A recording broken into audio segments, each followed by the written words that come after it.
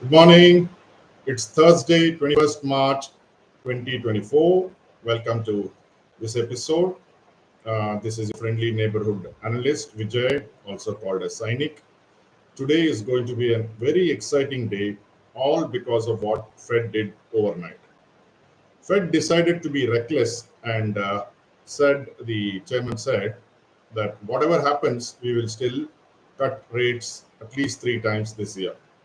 So they're not so concerned about inflation. Now, immediately the risk assets all took off. That is the equities in US took off. We had Dow Jones up by 400 points, the Nasdaq up by 200 points, and that has spread to the Asian markets. Now, that will certainly come to India today in the beginning. So that's why the Bulls Day out. So, like the Baby's Day out, where baby had all the fun in the movie, you will also have the Bulls having all the fun today. Now, what does this mean? If you look at history, last December also, Powell suddenly went dovish, which means he was willing to let risk assets rip, and they rip. We saw it, what happened in India too, between December and even February. Until February, we saw the assets ripping, the stock market going up significantly. So did the US stock markets go. Of course, it was a coincidence that BJP won those three state elections, but nevertheless, the fuel was led by, I feel, by Jay Powell. That is the Fed chair. So, while the risk assets are now in dangerous territory all over the world because reckless speculation will restart, but another set of assets, which is the precious metals and the other commodity, which is led by oil, also will have a very, very high chances of them going up further. So let me just share with you some of the charts which are very interesting. So here is the chart. Let's take this gold. Gold is one chart where you see it is forming what is called as a head and shoulder formation, which is the inverse head and shoulder formation. The inverse head and shoulder formation is basically an accumulation pattern. So now you're seeing the gold has bottomed out at 1600 and 2075 was the peak before it again had a reaction, and then now it has broken out of that resistance of 2075. So 2075 now will act as a support. What was the peak at one time will act as a support. Now it has already crossed 2200 today. We should see a minimum target of 2550 in the coming weeks to months. That is as far as the gold is concerned. There is another what's a commodity, which is silver. If you look at silver, you see silver also has formed a similar pattern, inverse head and shoulder. So the silver bottomed out at around 17.5. Now it is coming close to 26.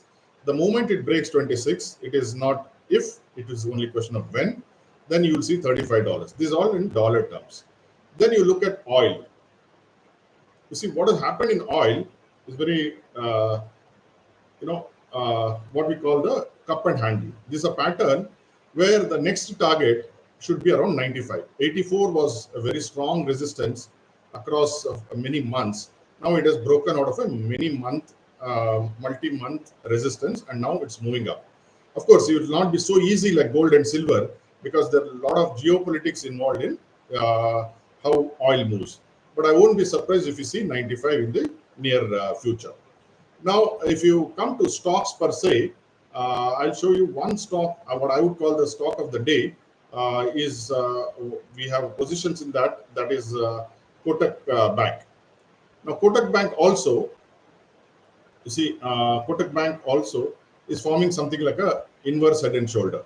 So from now it has moved on from 1765 is the resistance. I would say the next target, for instance, should be somewhere in the region of around another 100 points from here.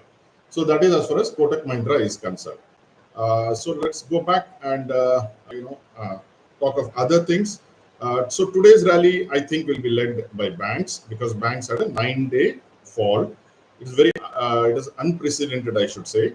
So we will see banks leading the rally. Of course, a lot of stocks in Nifty also will do well. In the broader market, I think the PSUs will start getting up now, because typically in the month of March they start getting orders. So you will see in the last week when they start announcing those orders, which is the next week. But one can preempt and look at railway stocks, for instance, or defense or other PSUs also.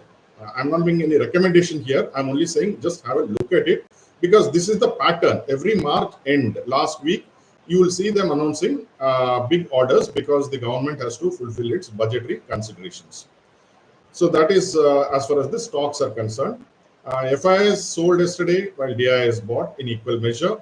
FIS open interest as in the derivatives is about 30%, which is when it reaches around 30%, then you can expect the market to rebound. So yesterday people might have been, battered. The bulls might have been battered because they went up, down, they would have given up, almost given up. So I think today is a good chance, is a golden chance for the bulls to have a picnic, and I think they will have a picnic, broad base. Of course, certain stocks may not do well, but by and large, I think it will be the majority will be advances rather than decliners. So BTFD will pay well today, is my analysis. SOS may not pay so much, is my analysis. So as a trader, I would like to do BTFD today rather than SOS. Thank you for listening to me patiently. I am not a SEBI registered advisor. Nothing which I mentioned here should be taken as a recommendation. Please like and subscribe to the channel, and just have a very good trading day. Thank you. Vijay signing off.